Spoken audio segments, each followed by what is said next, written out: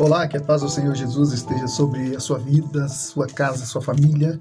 E, bom, eu sou o pastor José Carlos e você está no canal aqui no Contexto do Fim. E por falar em Contexto do Fim, eu trago uma palavra bem apropriada para o nome do canal, né? No Contexto do Fim. Sabe uma coisa que eu tenho observado ultimamente? Não sou só eu, mas muitos estão observando isso.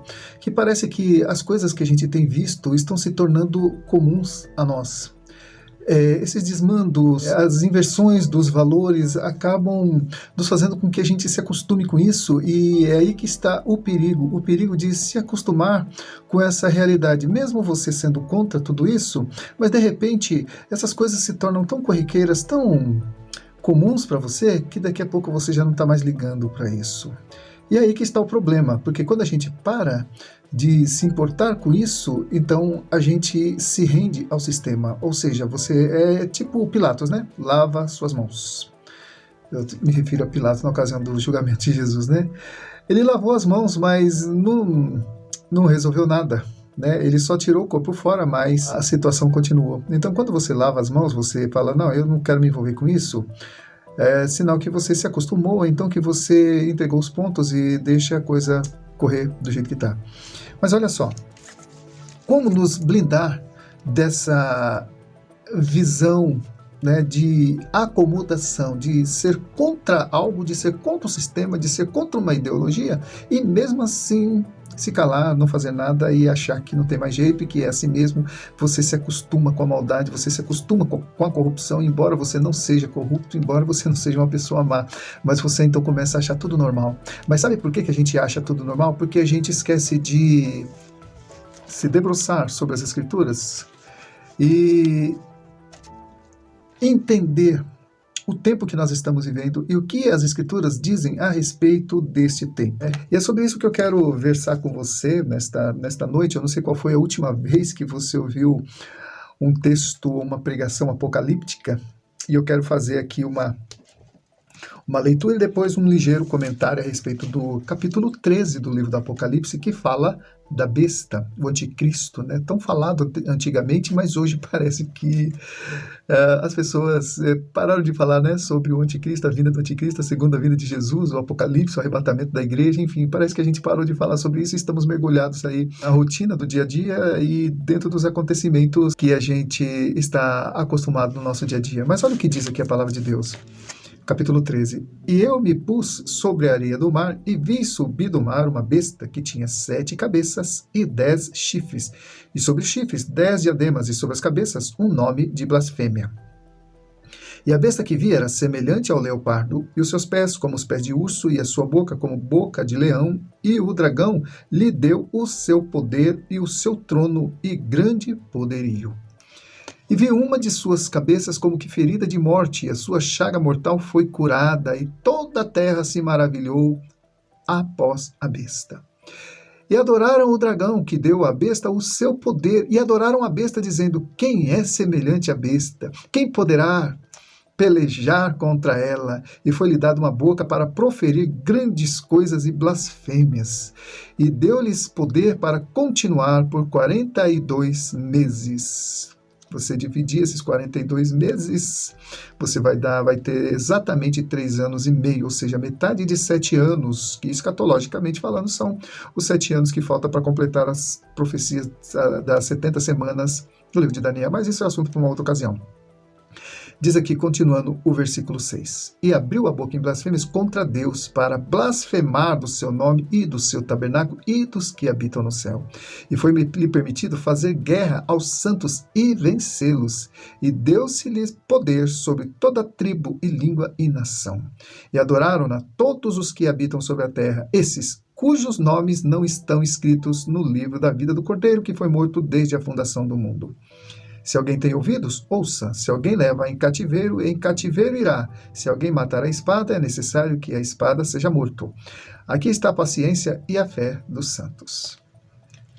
Bom, para resumir aqui, depois, na continuidade, porque esse capítulo vai até o 18, eu li só até o versículo 10, né? Esse capítulo vai até o versículo 18, que vai falar sobre o número da besta, que é 666, e hoje as pessoas estão aí tentando decifrar o que seria esse 666. É um número, é um código, é um sistema, não se sabe. Sei que as pessoas serão marcadas de alguma forma e haverá uma espécie de controle mundial e as pessoas só vão poder comprar e vender se elas tiverem a marca da besta. Ou seja, todo aquele que tiver essa marca da besta vai estar dentro de um sistema e vai desfrutar de um sistema de coisas onde Deus não estará presente, porque provavelmente a igreja terá sido arrebatada e os remanescentes que são cristãos dessa época não vão aceitar essa marca, mas vão sofrer muitas perseguições e retaliações.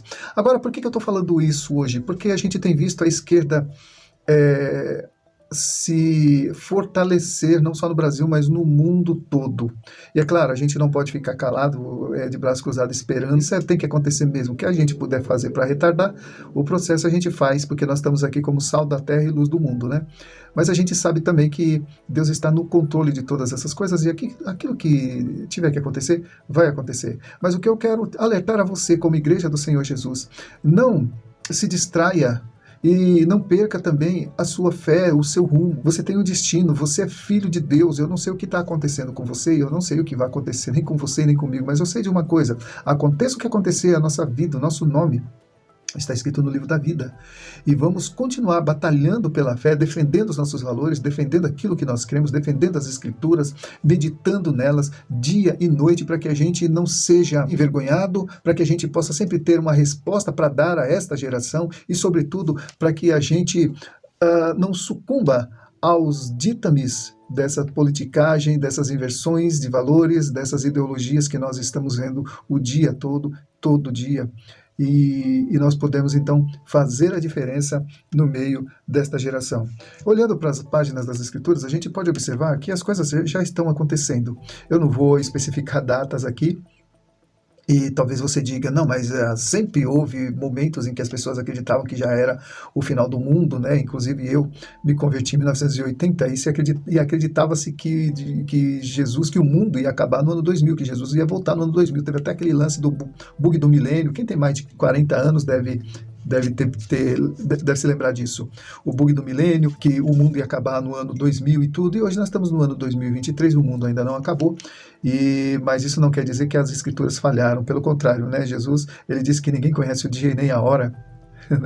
Só se sabe assim, que quando estiverem acontecendo algumas coisas, saber que está próxima às portas. Ou seja, os filhos serão irreverentes aos pais, os pais se voltarão contra os filhos, o aumento da iniquidade será de maneira assim descomunal e sem controle, e nós já estamos vendo. Nós estamos vendo os nossos legisladores perdendo o controle, nós estamos vendo o mundo passando por problemas morais, problemas sociais, e não há quem resolva essas coisas. E quando a gente vai para as páginas das Escrituras, a gente percebe que as coisas estão caminhando para um governo central, para um governo único, e esse governo único, ele vai satisfazer os anseios de todas as nações.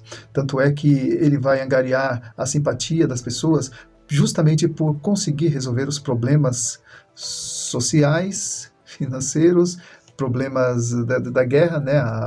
Vai trazer a paz, uma falsa paz, é claro, e ele vai enganar, Jesus ele diz que vai enganar, se possível, os próprios eleitos. Ou seja, muitos da igreja vão ser convencidos pelo anticristo de que ele é bom, de que ele é um enviado de Deus, porque afinal de contas ele está trazendo a paz, está resolvendo os problemas das pessoas, só que a Bíblia diz que ele vai enganar a todos, né? E nós precisamos estar apercebidos. A Bíblia, ela continua sendo ainda, amados, a nossa regra de fé e prática. E ela continua sendo o nosso norte, a nossa orientadora. Então, está tudo escrito aqui. Claro que não nos detalhes, né? Tem muita gente que bota detalhes e aquilo que a Bíblia não diz, a pessoa começa a sonhar, começa a ter visões, começa a inventar coisas, e aí até descredibiliza um pouco a palavra de Deus, né? Mas uma coisa é certa, amado, tudo aquilo que está escrito vai acontecer, e muitas coisas que estão aqui preditas em relação ao final dos tempos, a gente já está vendo acontecer. Eu não sei quando vai ser, se vai ser na minha geração, se vai ser na geração dos meus filhos ou na geração dos meus netos, mas como última advertência para mim e para você, quero te deixar uma palavra. Nós não sabemos quando Jesus virá. Não sabemos se vai ser nessa geração ou na outra, mas uma coisa nós sabemos, nós não vamos ficar aqui para sempre, né? E Deus fala lá em Jeremias: prepara-te, ó Israel, para encontrares com teu Deus. E quem é esse Deus? Não é outro senão o juiz de toda a terra. E quando você vai se encontrar com um juiz, você vai para ser julgado, você vai com uma causa a defender. E quem será seu advogado? João fala, o apóstolo João: filhinhos, essas coisas vos escrevo para que não pequeis. Todavia, se pecar, saiba que vocês têm um advogado, Jesus Cristo, o justo. Ele é o nosso advogado. E você, já tem esse advogado que é Jesus? Se você ainda não é um seguidor de Jesus, então você não está preparado para se encontrar com o juiz de toda a terra, porque você vai precisar desse advogado. Jesus é o único advogado que pode advogar a sua causa diante do juiz de toda a terra. Ok? Então é essa palavra que eu quero deixar para você, de esperança. E olha, Deus está no controle, não importa o que acontecer. Tá? Agora, o mais importante é, se você está afastado dos caminhos do Senhor, se você ainda não entregou sua vida para Jesus, então faça isso o quanto antes. Procure uma igreja evangélica mais próxima da sua casa e procure uma Bíblia, compre uma Bíblia. Hoje é o que mais se tem é Bíblia, né? Você pode baixar uma Bíblia no celular, no computador, você pode comprar uma Bíblia como essa aqui, né, de papel mesmo. Mas não deixe de estudar a Bíblia, porque olha, ler as Escrituras nunca foi tão importante como é hoje. Sabe por quê? Estamos nos aproximando do final da história. E você quer conhecer qual é o final da história? Que inclusive você faz parte dela?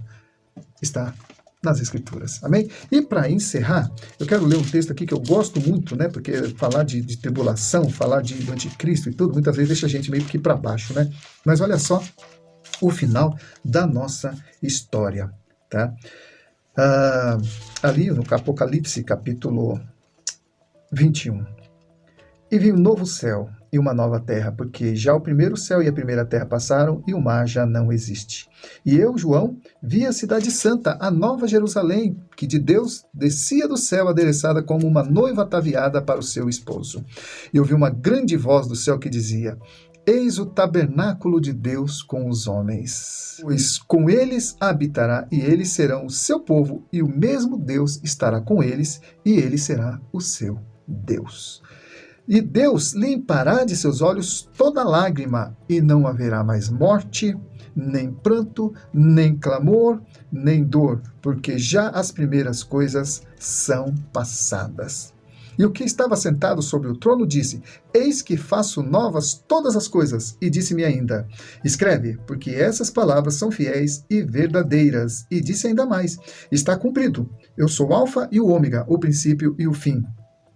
Eu, a quem tiver sede, de graça lhe darei da fonte da água da vida. Quem vencer, herdará todas estas coisas, e eu serei o seu Deus, e ele me será filho. Então, essa é a mensagem que eu quero deixar para você, uma mensagem de otimismo, de esperança, e continue perseverando. Se você está achando, está difícil, está complicado, está estreito o negócio, amado, falta pouco para tudo isso terminar e nós estarmos com Jesus, amém? Quero te ver lá, hein? Que Deus te abençoe, e se você não é inscrito nesse canal, se inscreva e compartilhe também o conteúdo desse canal, dê um joinha também para que o YouTube entenda a relevância, né, desse conteúdo, tá bom? Então me ajude a divulgar aí a palavra de Deus, tá? Fique com Deus, que Deus abençoe você, sua casa, sua família. Glória a Deus. Fique com Deus.